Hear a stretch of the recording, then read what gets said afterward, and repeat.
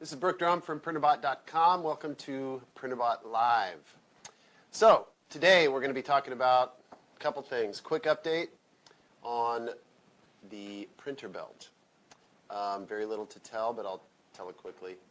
And then we're going to talk Adopt-a-Bot, because I've been thinking a lot about this, and I want to give you an update on what's happened this week and what we're doing going forward. Okay? So first, the update on the printer belt. So I have nothing to show. The printer belt is right there. Bill's asking me, hey, are you still alive? The answer is yes. The water jet is working. That set me back a couple of weeks. I played catch up. Tomorrow I should ship out the two prosthetics that kind of had to be shoehorned into the time available. And then I can start building the printer belt. So what we did with our customers is, like, if you're on a Kickstarter and you got to, every Kickstarter I joined, okay, maybe not everyone, but most of them, you'd send them your money, you'd be waiting for that date would come and go, and then you'd get a letter saying, yeah, it's taking us longer, but we still have your money, so thanks for that. Well, what I did was a little bit dramatic. I took the money that everybody sent me and I gave it back. And so we've done that. So if you were one of the people that bought one of the early ones, you either were tired of waiting or you were willing to wait, but I'm not willing to keep your money. So what that did was just relieve the pressure a little bit for me to get caught up here at work and to do what I needed to do with my water jet, fix it, and build the printers that were in line ahead of printer belt. So tomorrow, the end of tomorrow, and I don't know if we're working Saturday or not, but I'll be working Saturday, and the printer belt finally gets to become real. So next week, tune in to see the new model of the printer belt. I worked all morning finishing up some drawings, so it's real, and now I've said it out loud, and now I have to do it. So that's good. And then those guys that did buy, we will reach out and say, hey, did you give up on me, or are you still interested? And in the same order, if they are, I will give them a month free trial, just ship it to them. If they want to keep it, I'll give them a deal.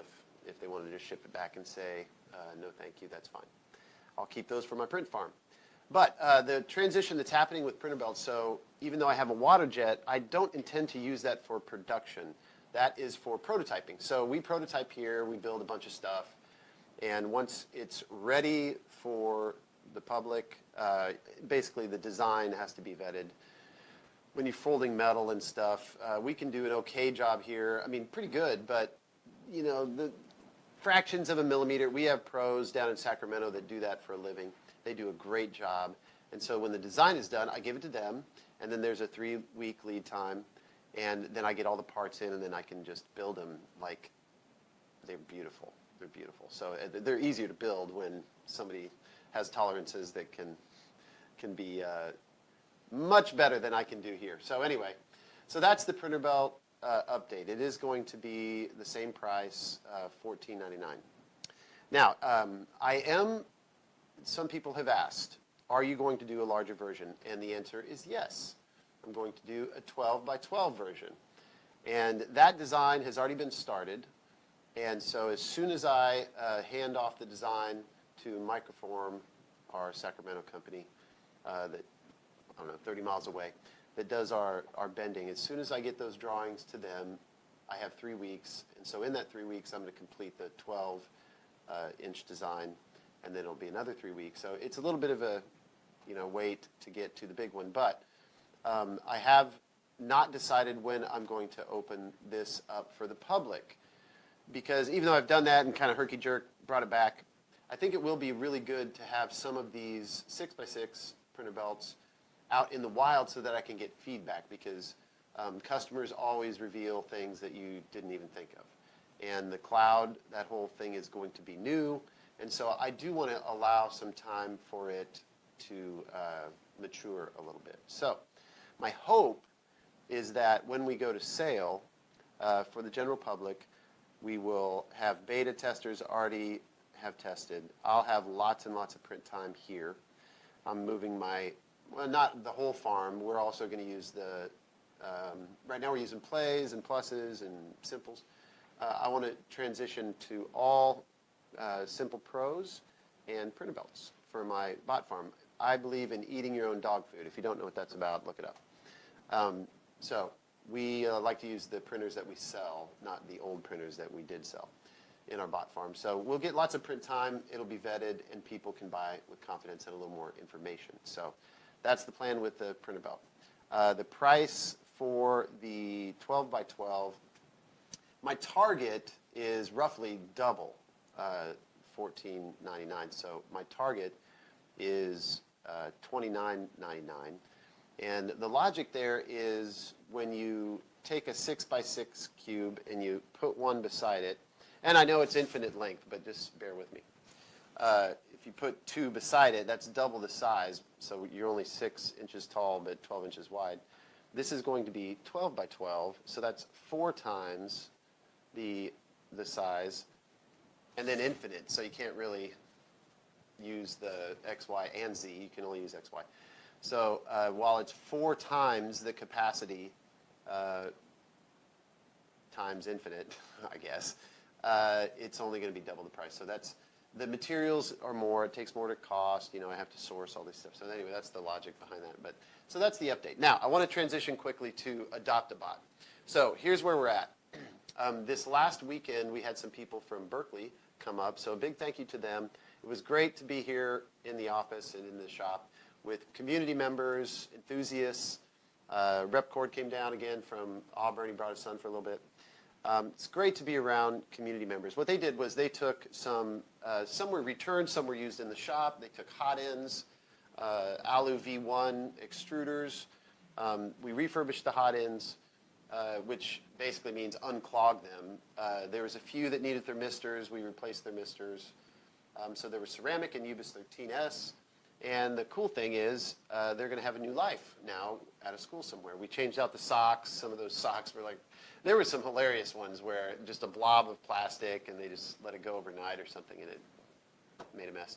So all of them, I say all of them, the 50 that we were hoping to get to, we have 50 hot ends. We have 50 kitted Alu V1 extruders. We also checked old motors. And so we have old motors that are ready. I don't know how many of those, but I'll fill in. We need 200 motors. So we've got hot ends. We've got extruders. We've got, what did I say, motors.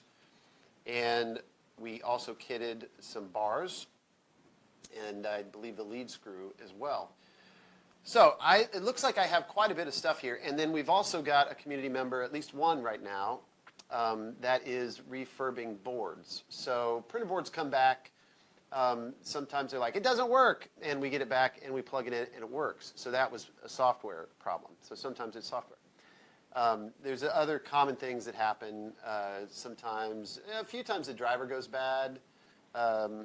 Depends on what version of the board, you know. The very, very early ones I've got a bunch of because some people blew those up. But anything can be fixed, right? So we've got these community members with the superpower of reworking boards and troubleshooting boards. So I have enough boards easily for the 50 needed for this next phase 2 of Adopt-A-Bot. So here's how we're going to progress and get to the end. So while I have a lot of people writing me and getting on the list, Dave, do you mind checking what our list is up to? Last I checked, it was 155, I believe. So it's probably a few more. And it's a little bit, I want to talk through this a little bit. I've got a little whiteboard we're going to go to, and I'm going to explain how this is going to work. But some realization, you know, when you have a good heart and you're like, hey, we're going to do something cool for the community, there's always these realities that kind of wash over you. And one was just the time involved in refurbing. You know, that comes to an end because there's only so much stuff I had to give. But even the kitting, the parts that just need to be wiped down and bagged, that takes time. So phase 3 is, let me explain. Phase 1 was the 40 bots, or the 30, I think it was 30, that I shipped out. Did we ship those pluses today, or are we waiting? So I was mistaken last week when I said, we're done. We had pluses to ship out, and so I've got those ready. There was 4 or 5 of them, 4, I think. 4 on the table.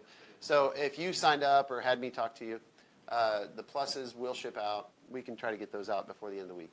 Or wait, that's tomorrow, isn't it? Yeah. Maybe we'll have time tomorrow. Okay. Yeah, there are a couple things Great. And I think there might have been a couple of other ones that if I missed, and we don't, was it 6 we needed or 5? Needed, well, 6 total. 6, but we need money from one guy. What was his name? Do you know? We're going to call him out. Okay, his name's Eric. I think it's Eric Kevin. He may have sent us money. Oh, okay. Follow up. Well, it's just, we're back and forth with email, so I think it was a total of 6. So we're almost to the end of the Phase 1 Adopt-A-Bot. That was just this wild hair that I had to say, hey, I got some old bots. Can you refurb and give them to a school? I do suspect that there's some people that are going to keep them, but I'm not going to worry about it. Shame on you, but you should donate to a school. But Phase 2 is a little more orderly. We're going to do one model. It's the smalls, but it's going to be a slightly modified small version. And there are no printed parts yet, and that's where you'll come in. So I said 50. I think we've got plenty of parts for 50. That is indeed true. So the next phase will be 50. And so here's what we're going to do. First off, while it's obvious that it takes more time than I ever thought, and Dave probably knew, I'm always too optimistic, so he was warning me, it's going to take time. Oh, it'll be fine. Well, he's right. It took time. But that's okay. It's been fun. But moving to Phase 3 is going to be a different story, so that's what I want to go to the whiteboard for. But this Phase 2, here's how it's going to work. We're going to put a product, the Adopt-A-Bot, back into the store. You don't have to do it now, Dave, but we will. Put that back to the store. Maybe we can do that by tomorrow. And a lot of people are like, yeah, I want a free bot. Well, it's going to work again at $40. One of the things that killed me is some of these bots, maybe all of them, cost more than $40 to ship. But these smalls, what we're going to do is ship these out to people that can 3D print. So a prerequisite to donate to a school will be you need to have a printer. So that's the first bar you need to get over. Don't buy a bot because it won't be a complete kit.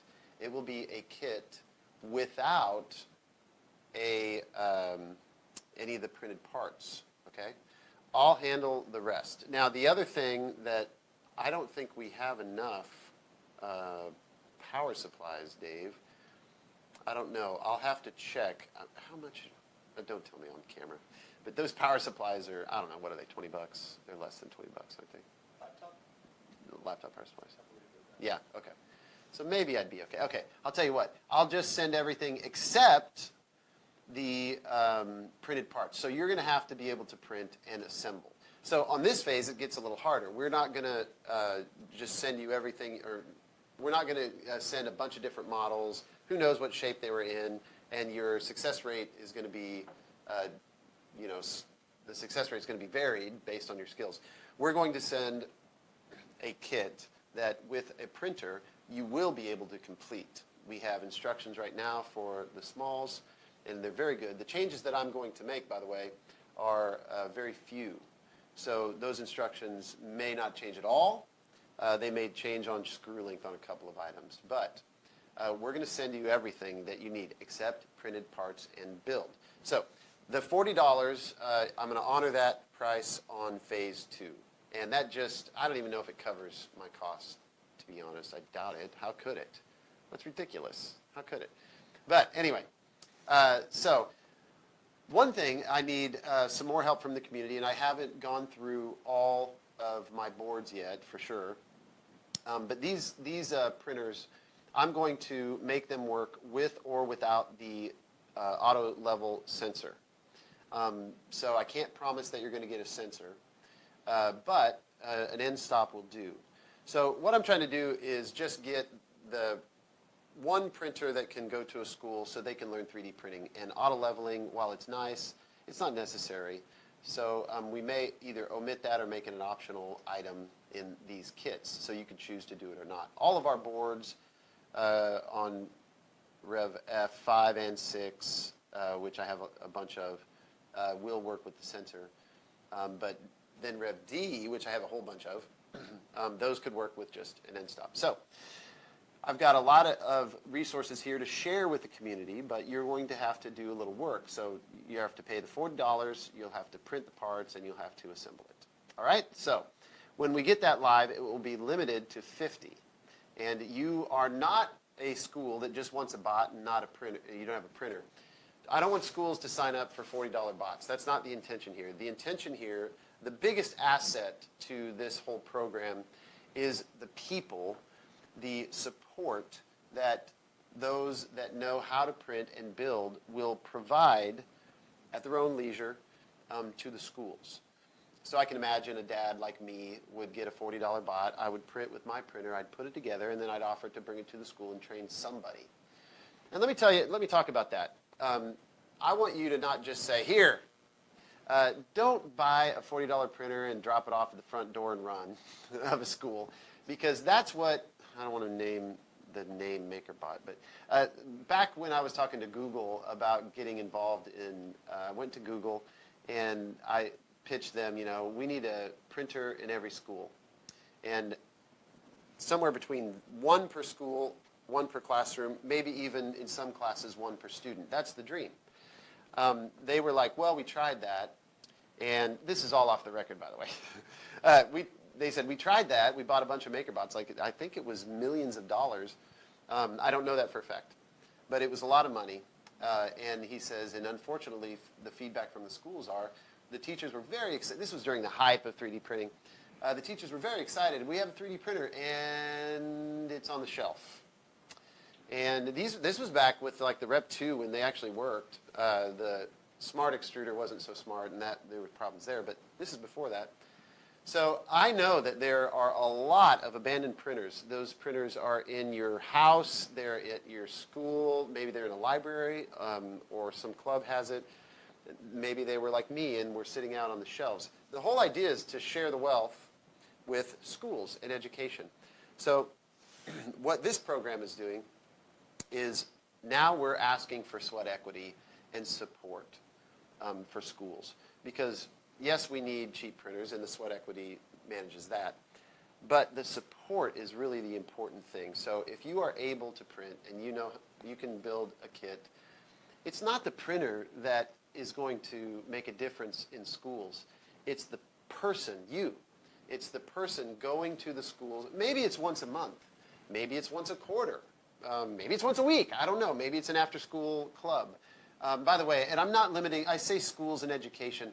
I'm also including like libraries where people can come and learn, clubs after school, a homegrown club that meets at somebody's house. I'm fine with all of that. If there are multiple people there to learn, buy one of these printers, build it, and train a group of people. A group of people is more than two, by the way. So don't start your own club and you're the only member. That doesn't do anybody any good except you. I want to help educate kids primarily, but adults too, others. And it can be adult education, or it doesn't matter. You can see I'm pretty loose with this. But getting printers out into the world with people behind them that are willing to support, and that means fix, that means answer questions, train. And my hope is that everybody that prints and builds these printers also has the knowledge, at least some rudimentary knowledge of design. Because it's when the kids, or the adults, learn how to use this printer by coupling that with design that it really gets exciting. So I'm not just saying we're going to dump printers on the porch of a bunch of schools. I'm saying we're going to create a community, a culture of sharing our knowledge and resources with not just kids, but others in the community that are interested. So there you go. That's the pitch. That's what Phase 2 is about. And by getting rid of all these wild models and just focusing on one model, now we may find out later it's not the best model for this target. I'll talk about that in a minute. But the smalls is vetted. It's a known design. I'm the one that designed it. I had help from others, Steve and Mark. But it's my vision, my design, and it happens to use a lot of parts that I have laying around. So it's a convenient size for the free parts that I'm going to offer. All right, Phase 2 is going to go quick, I'm sure. We went, we sold those 30-some in 4 hours, 5 hours. So I suspect that tomorrow, maybe we should give them a time. What time do you want to go live with that? And by the way, please, I think we can limit it. One per, not 7, like One guy. I didn't see what he said. Oh, maybe it was 4 and was the 3. biggest. 3 was the biggest one. Okay. I see how I exaggerate. That guy did go, oh, sorry, whoops, sorry about that. Oh, yeah, he probably had 3 schools to donate to. But well, that's just limited to 1. And the reason is I'm trying to get the biggest geographic, reach. Now, once we get to phase 3, I'm not going to put those limits on it. But again, I have to talk about phase 3. So to finish up phase 2, we just need people to buy, build, print, train. So that's phase 2. Notice it's getting a little harder. That's intentional. All right, so tomorrow, End of day, our time zone. okay, so I'm Pacific time, PST. And end of day will be, let's say, 5 o'clock. Just when you get in your car to drive home, inconvenient time. But We can make it soon. I love 5 o'clock. It's beautiful. It's a great weekender. So tomorrow at 5 o'clock, those 50 bots will be available for $40. You'll get a little kit. By the way, we're saving money by putting it in a, if it fits, it ships box. There's a couple sizes. I don't know which one. But that's how it will go, and then you'll be off. Now, here's the trust I'm having in you. I'm trusting that you will print and build and support a local school, club, etc. And I'm not going to ask you about it, but I'd love for you to share your story on social media. Don't care what it is. It could be YouTube, Instagram, doesn't matter. But tell people what you're doing, because it's like a little business, because my bet is that if you do one classroom or class, there's going to be another classroom that wants another one, and frankly, it'll probably go like this. That teacher, or maybe it's a student-led thing, but that person that gets that bot and has your wonderful support, they'll want another one. And so we got to talk about how this thing is going to get rolling and support itself. So we'll go over to the board here for phase 3. I did want to tell you there's 166 responses for Adopt-a-Bot sign-up, and I'm going to tell you how those people are going to be distributed. 127 subscribers to the newsletter, so we're off to a good start. Now, there's always naysayers on social media, and to you naysayers, I say nay. Stop it! There's one guy who's like, all I hear is greed. And they don't, it's literally said that. And I don't take it personal, but they don't know me, clearly. But phase 3 is going to be more formalized, and you won't worry about me. Man, how greedy can you be giving away $200-some of parts for $40? But anyway, no big deal. By the way, we're going to end up, as soon as I'm done at the board, what time is it? We are going to end fairly abruptly, so if you don't have a question in by the time I'm done, it's 4:55. I would bet we're another 10 or 15 minutes, so you have time to get any question in you want, and we'll pick from those. If not, we'll just sign off. But Dave, can we go over to the whiteboard? Let's go. Come on. Come on. Come on.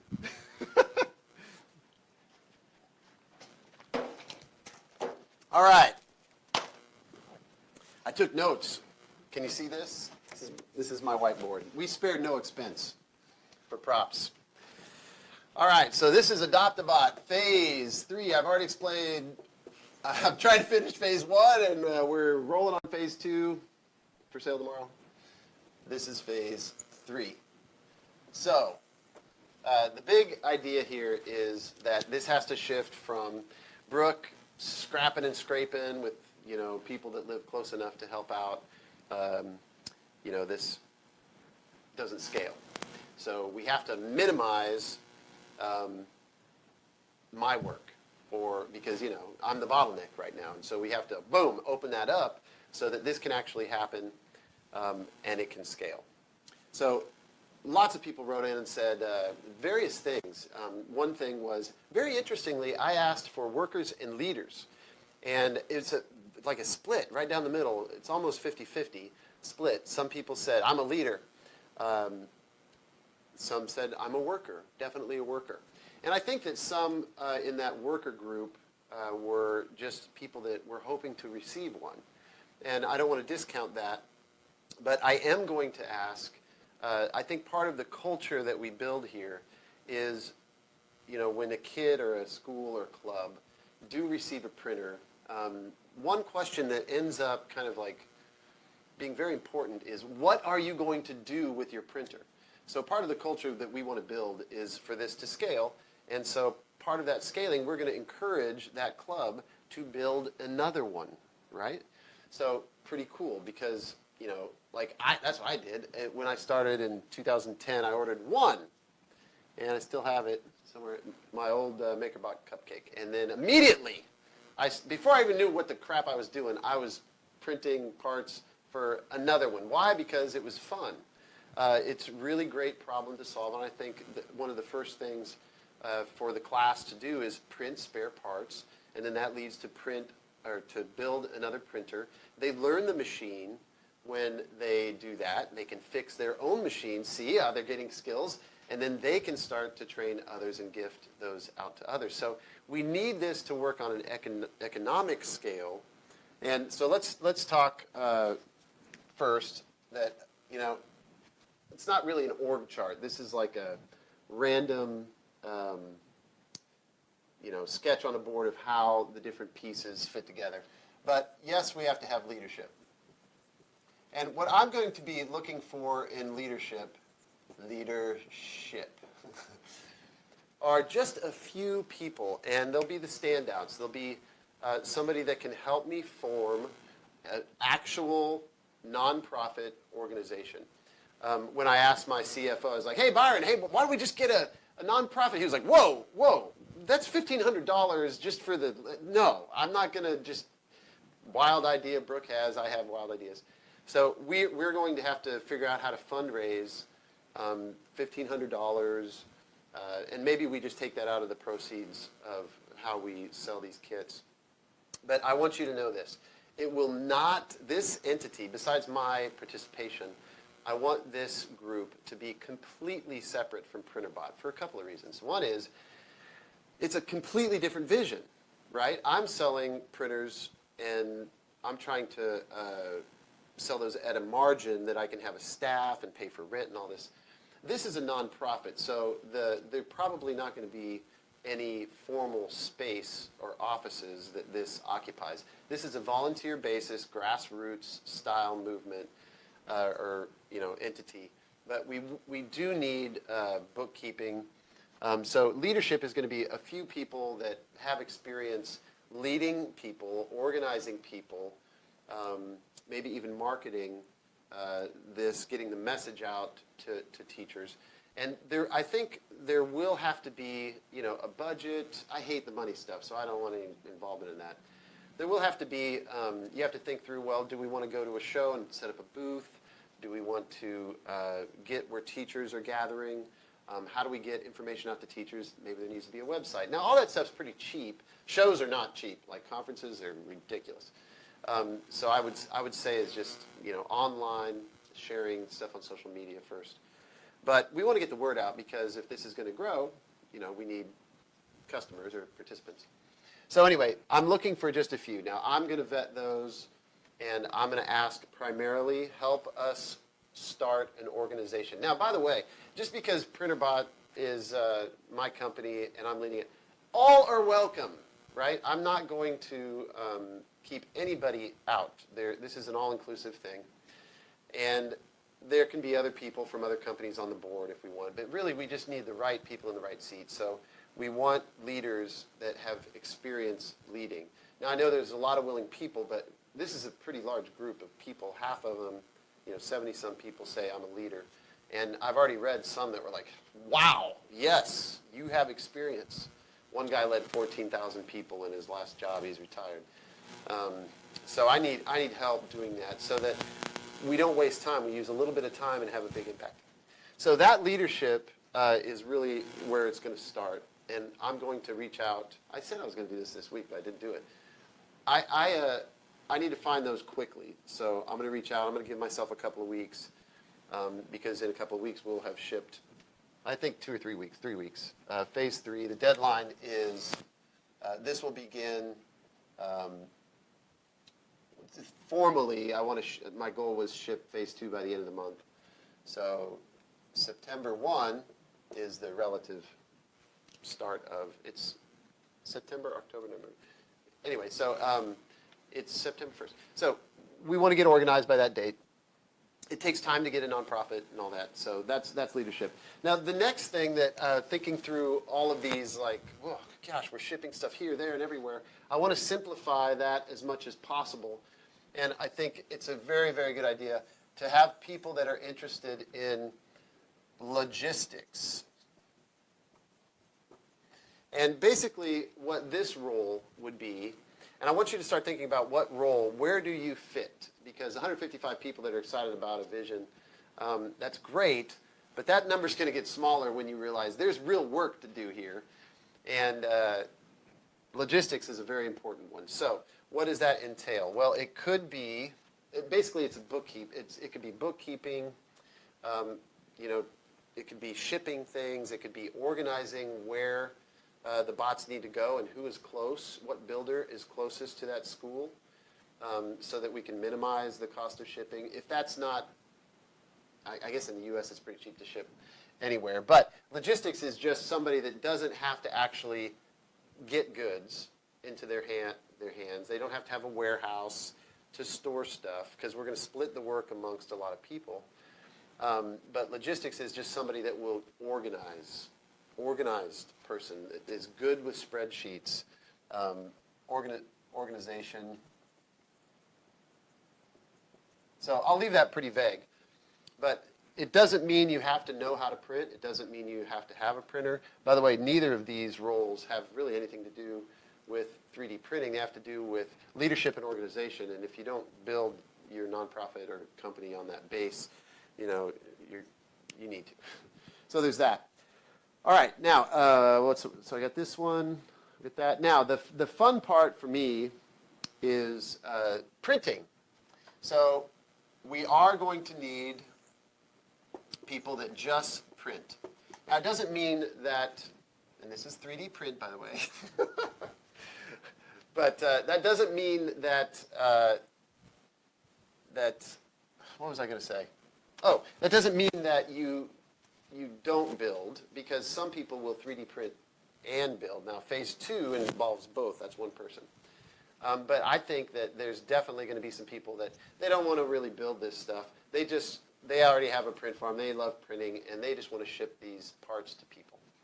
So that will be, we'll have to figure out how to get filament to them, or if they provide their own, we'll have to figure out how that works. I don't know. This is high level. So there's definitely 3D print. And then there will be builders. Now, I think the builders are also the people that are supporting. And I think they will need to, parenthetically, they will need to be printers, but they don't have to print the parts for this. Because the truth, I think the truth, is there'll be people that just want to build. And maybe at another time we'll break this support off to somebody else. They're an expert, but they don't want to have to build. They don't want to have to print. But right now we need people that build these things to support, because you need to know how to troubleshoot and fix this thing. And ideally, you would need to have a printer. So this is going to be a lot of our community right here. Some people may not want to build because, frankly, by the way, just because you can 3D print does not mean you can build. Can I get an amen, Dave? Yeah, he's like, yeah. All right. But we need these special folks that have a multifacet. Now, by the way, let me talk about supporting. This is another thing. I've tens of thousands of people have bought our products, and so we've communicated with tens of thousands of people. And 3D printing people are a unique breed. Typically, they're technologically savvy, or they're just smart people. And 3D printing is that problem, but it's always got nuances based on what printer you have. You know, some guys are Delta guys. Some guys are Cartesian. Some guys just want to invent crazy printers. So they're more into the mechanics. So sometimes there's this niche that they have, but 3D printing gets them there for that payoff. But I don't want to say this, I want to choose my words carefully.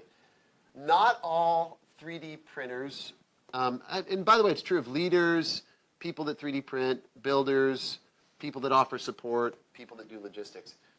The superpower here, like I've been saying, is people. So I'm really looking for people that step into a classroom that can teach, or at least can support to train somebody, you need to be a people person.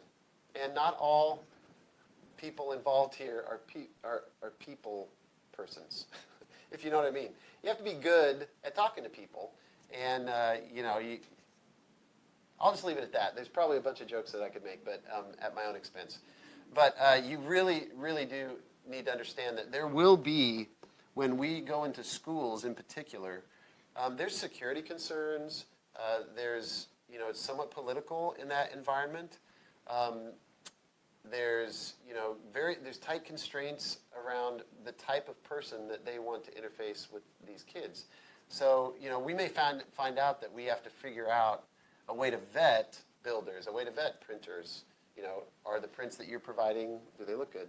But the same is true of support and training people. We need to know that you're good with people and that you can communicate an idea and that you can at least show up on time and all that kind of stuff. So it gets complicated. But anyway, this one, there'll be people that build too. So the next part, these are a couple of, this may have some overlap, but probably, I'm going to erase that.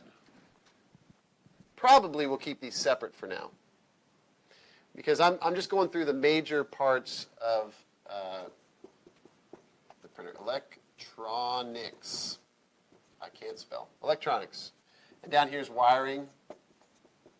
Wiring is kind of cool because it's an opportunity to kit up a little wiring pack. Right now I have a lot of wire that wrong length, needs crimps. So a lot of electronics guys have those materials, but this electronics, in my case, I have some that need refurbished. But I would bet that there's a lot of 3D printer boards out there that could be refurbished. I'm not limiting this to just Printrbot stuff. I'll talk about that in a second. But there can be a guy that just does electronics. And if you're doing electronics, that's all you need to do, because it's very time consuming and it's very, very hard.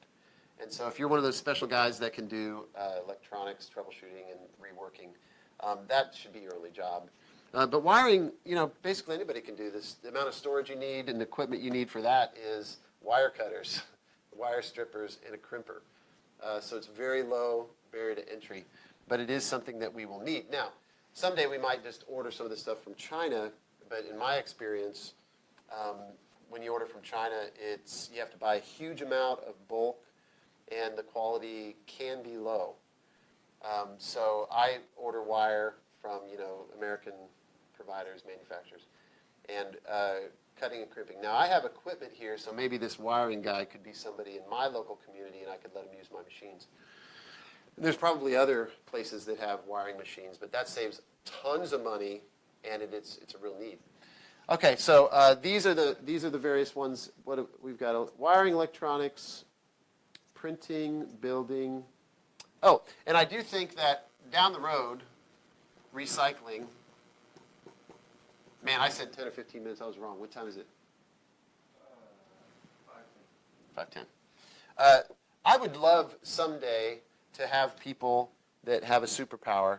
They can take plastic, recycle it, grind it up, and extrude it. Now, I got a Kickstarter.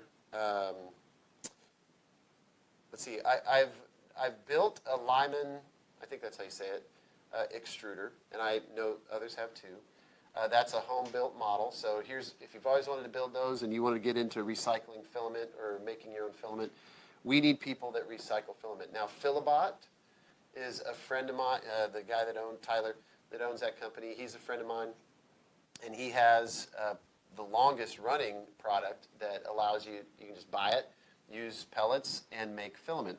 But the reason I think this is cool is, number one, it's responsible, earth-friendly, but we have so much plastic in this world.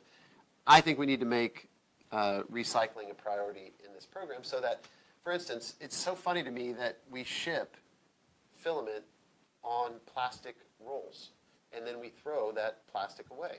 So maybe we all ship our spools, because God knows there's a lot of spools out there that find their way to the trash. If we can recycle these, now that's ABS. Who wants to print ABS? Recycling is one thing down the road, but right now we won't do that. But I bought a I haven't used a Philibot, but I've seen them in person. I know those work great. I know that there's another, I forget the name of the, Reedy Tech or something like this. There was, I forget what it's called, Protocycler, I think. I just got one of those the other day, and I gave it to Carl Ubis because it needed a firmware update or something. So he's trying to get that going. Let me tell you, it's a very nice piece of equipment. You could buy it directly from them and be a recycler, that or Philibot, or make your own Lyman. But that is something that I think schools would be interested in because it lowers the cost of running your printer. So that's another kind of superpower in the ecosystem that we're building here. And then it basically gets down to, again, I'm just using schools as representative schools, and this is where the need is.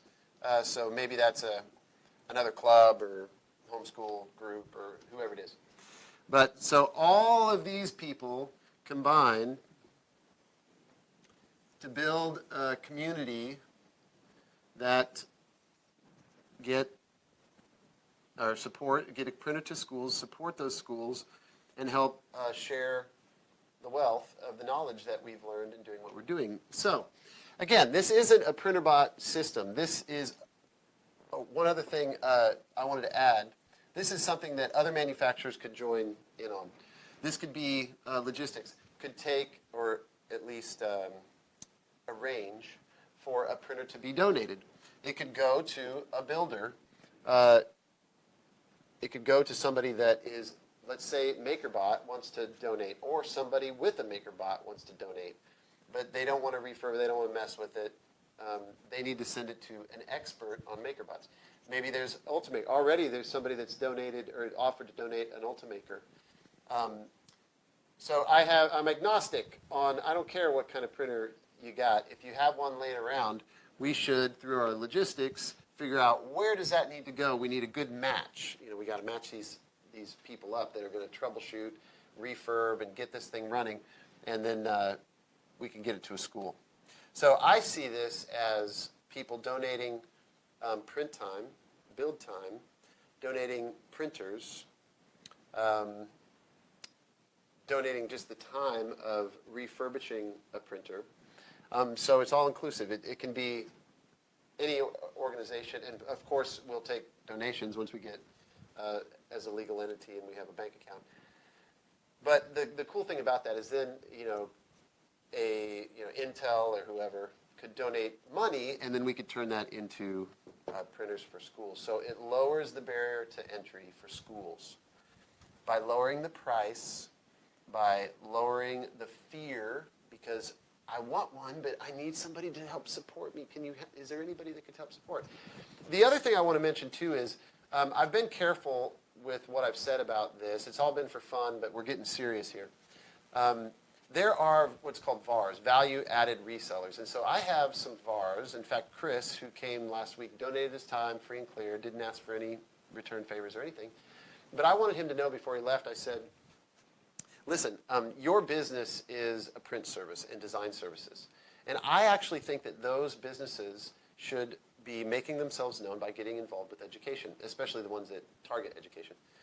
But those people out there that think, oh, Brooke's going to kill my business, that's not it at all. This, by the way, does eat into my market a little bit. But it's the leaders that understand that, China has already, no offense to China, but, the low-cost printers that have been made available thanks to the cheap labor in China and all of that, that's eaten into my business. But it's those leaders that are willing to actually, kind of a harsh word, but cannibalize their own products. Like me moving forward is saying, okay, the race to the bottom has already been won by China, but the quality is low, the support is zero or near zero, and the payoff is bad. This is a way for a school to get something low cost with a huge payoff because you got people and a community to call on involved. So that, I think, is really the difference. We didn't need cheaper printers. I mean, that makes it easier for some people to get involved, but schools don't need cheaper printers. They need knowledge. They need help. They need people. They need curriculum. So if you're somebody that has a business that does reach schools, please don't feel threatened by this. We want you to fit in to where it makes sense for you. And of course, we're not going to, as far as I know, we're not offering paid services. I don't want to be a service company. I don't want to necessarily write curriculum with this. That's a whole different thing, and there's experts that do that, and they should keep doing it.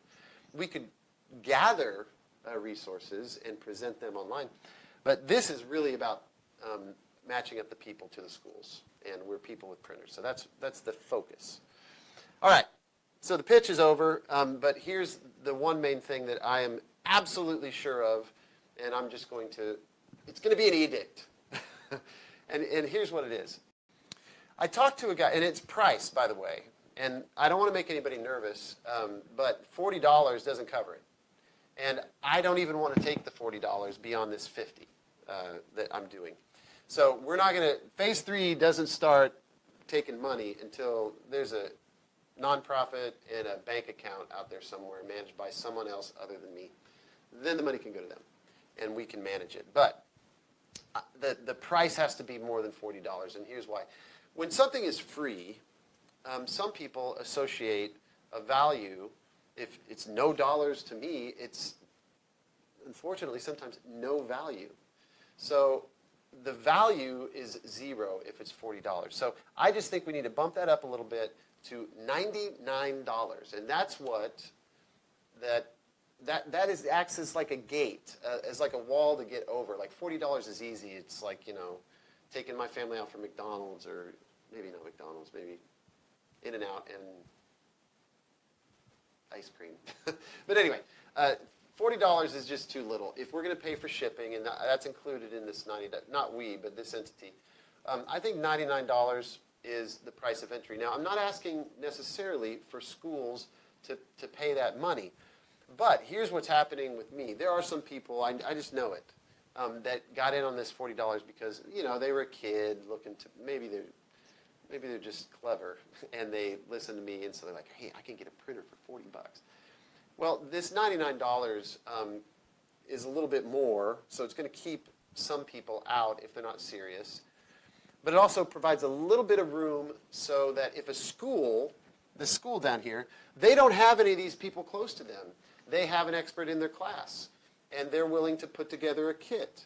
But $99 is doable to just pay for the cost of a really small, cheap printer. Now, I talked to a guy that has done sourcing. You know, we all have done it, gotten on AliExpress or Amazon or whatever. And he really opened my eyes because, like, the smalls, I think the smalls cost me, if I were to have to buy everything new, it would be over $250. But I have a lot of parts that I can reuse from, you know, big pile and stuff, and so it's just enough. You know, we make, oh gosh, if we make 20% on the smalls, I'm shocked. So that product won't be around forever because it's, you know, doesn't scale. But it's been a lot of fun. That's the model we're going to launch this with because small is cheap. But the guy I was talking to, he said, I've priced the Printrbot that I designed. If you remember, I did a couple of, he's a student and a teacher, collaborated on kind of a revamp of my old Kickstarter Plus. And he's got the bomb of the Printrbot, or essentially an old Plus, with a heat bed, Chinese E3D knockoff, ramps 1.4, just everything was the cheapest possible. But at quantity of 1, he got it down to $125 cost. Now, that might even have included shipping. Now, $99 isn't that. So understand that $99, there's no margin. Unless the person printing and building is essentially free. So I believe $99 is the next tier that we need to move to say, hey, even if you're a school that's willing to put it together, that's willing to you know, do it yourself, that it would be okay if a school just ordered one. And it's outside of this, you know, support ecosystem that I'm trying to build. Hopefully someone will emerge. But I believe that that's kind of the point, that a teacher might actually spend their own money. And this happens. Teachers spend their own money, and they buy something that they know and they're familiar with, and they take it into their classroom. So I think $99 is a very low bar. It's just the next kind of tier. And we may find out that I'm wrong. It needs to be $125, but maybe it needs to be $75. I don't know. But we need a little pad in there to make sure that this can happen and it does scale and I'm not just writing checks to make it happen. Okay? So that's the big pitch. It's for education. It's for kids. It's a little bit beyond that. But it's really to engage the community, you guys, that you have skills. And it's not okay to keep those skills to yourself. You need to share those skills because 3D printing is really, and design, especially design, these for a kid can be life-changing. And to open their eyes to what is possible, America needs this. America needs people to step up, grassroots, and get involved in their schools and start to invest in not just tomorrow's workers, but some of these guys are today's workers. So I'm passionate about this. We're going to take it to phase 3 beginning September 1st. Now that doesn't mean we kick off and you can buy September 1st. I'm saying let's get past phase 2. Let's get these 50 out. So check the website tomorrow at 5 PST. We'll see how it goes if we even have 50 takers for Adopt-A-Bot. Builders, printers, and willing to support. And that's the pitch. All right, Dave, any questions at all? All right, let's go back. I don't want to stand in front of a whiteboard anymore. Let's go. Come with me.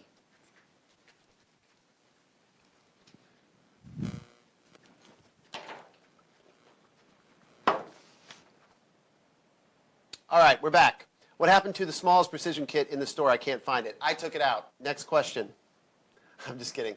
I'll elaborate a little bit. So here's the deal with the precision. Almost no one bought it. So I have a pretty not finicky, it's a gut feeling. When I launch a product, I'm very excited about it. I love it. This is one of my favorite mods on this, by the way. He's talking about the precision. Oh wait, he's talking about the precision kit, not this one. So this isn't it. The two mods, I will say that this is the Extended Z, and then there's a precision kit. I took it out because it wasn't selling well. It's expensive. We had to make them here. Now we're making them at, we always kind of make them here first, and then we get them out to a machinist. In fact, I had one guy offer, hey, I can machine, but I'll release the files, but we're not going to make any more of those. I don't think we have any more here, do we, the precision kits? I don't think so. We're making a very nice machine block for the LE, but that precision kit is just not going to be available. I'll release the files. If some machinist out there wants to machine and sell these himself, he can. These can be, by the way, it kind of defeats the purpose if you print them, you know what I mean? They were machine parts, aluminum parts, really nice, but just not worth it for me to sell. And then the same goes of the Extended Z. That one could be printed, this one right here. It's 2 parts. It could be printed, and you could extend this. So again, didn't sell well, and I'm not selling them. So any word on the dual extrusion product? No. Basically none. I think I told you this last week. I got the motors working. It turns out that the hack that our friend in Florida did is really clever. He was taking the thermistor reading off of the first extruder and telling the second extruder, hey, that's your temperature, even though there's just one extruder. So you have to prevent cold extrusion. You can override this, but before an extruder motor pushes filament down through a hot end, it needs to be at a certain temperature. So he was just using this neat little hack to do that. But I don't necessarily want to have people to have to do a hack. So we've been talking back and forth about some solutions, but no, again, it's a project, not a product. I have no deadline, which usually means it takes me longer than I wish. Plus, Jeremy went on vacation, and he was the one making the most progress on that. I hope Jeremy's having a great vacation, by the way. But anyway, so I'm sorry, no update this week on that. Although I did talk to Brian Rowe, my engineer friend, and he does want to get involved in that. But we're excited about first ticking off this 2-into-1. And I did have a couple people send me pictures of one of those 2-into-1 setups that they have working. Often it's not people with Printrbot's.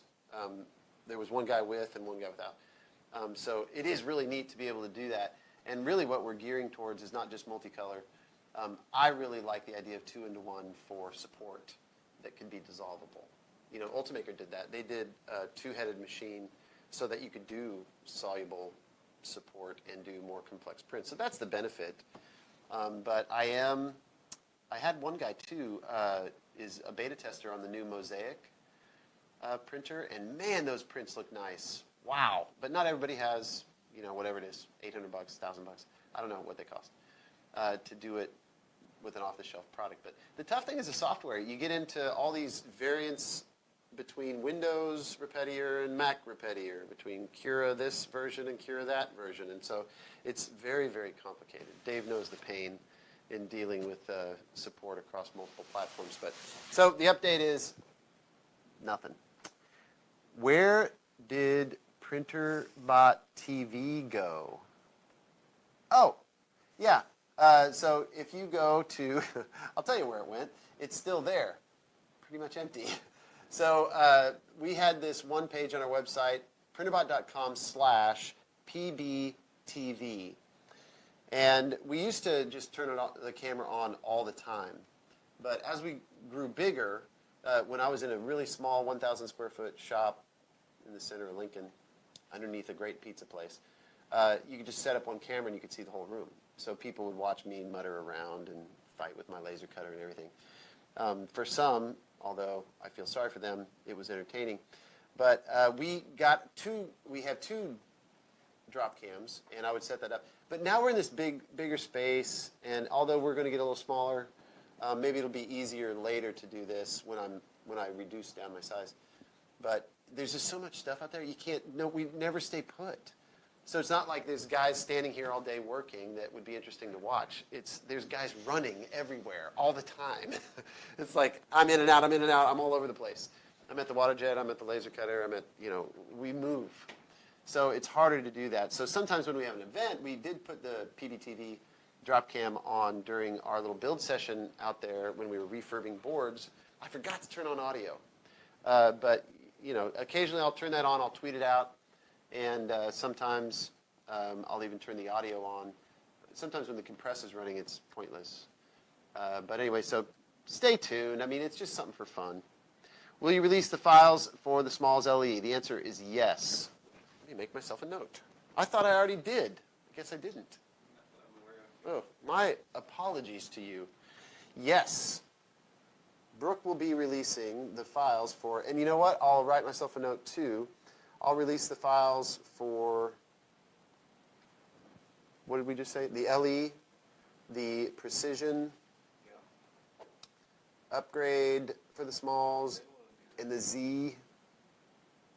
Yeah, and it's never, I'm an open source company, but that almost always means you're also scatterbrained, and you forget stuff.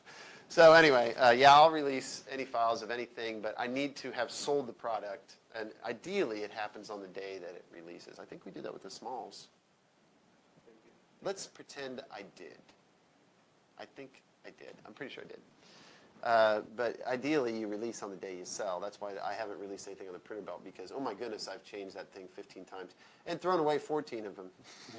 I've done a lot of versions. There's one, I was doing this morning, Dave. I just surpassed 800 sketches, if you know, and that probably means I suck at design.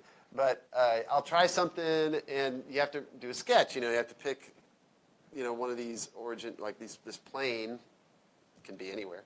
But when you draw a 2D shape so that you can extrude it and make it 3D, 800 sketches in one drawing.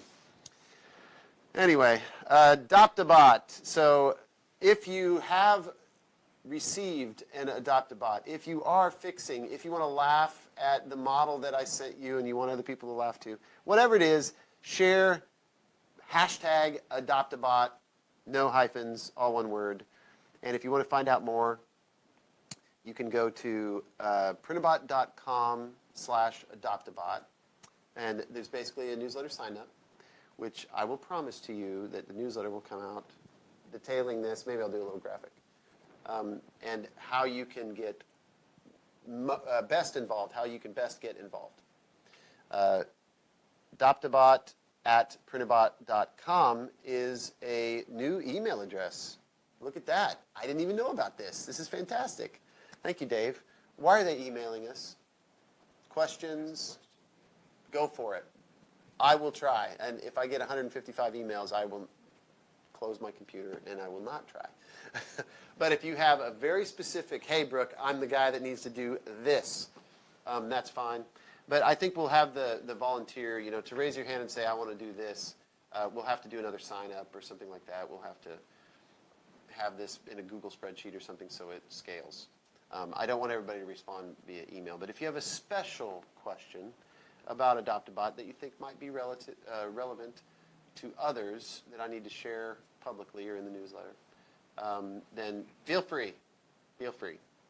All right, so that's pretty much it. I know we're Adoptabot heavy these days, but once we get organized, I'll shut up.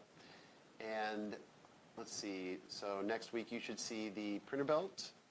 That'll be fun. But anyway, stay tuned. Come back. Thanks for watching. Is Ben watching today? Oh, okay. Your wife's watching right now. My wife is? Hey, Margie. What's up? That's all I got. We ready? Yeah. All right. That was an hour. It's ridiculous. All right, people. Have a good week. Happy printing. See you next week. Thanks for joining us.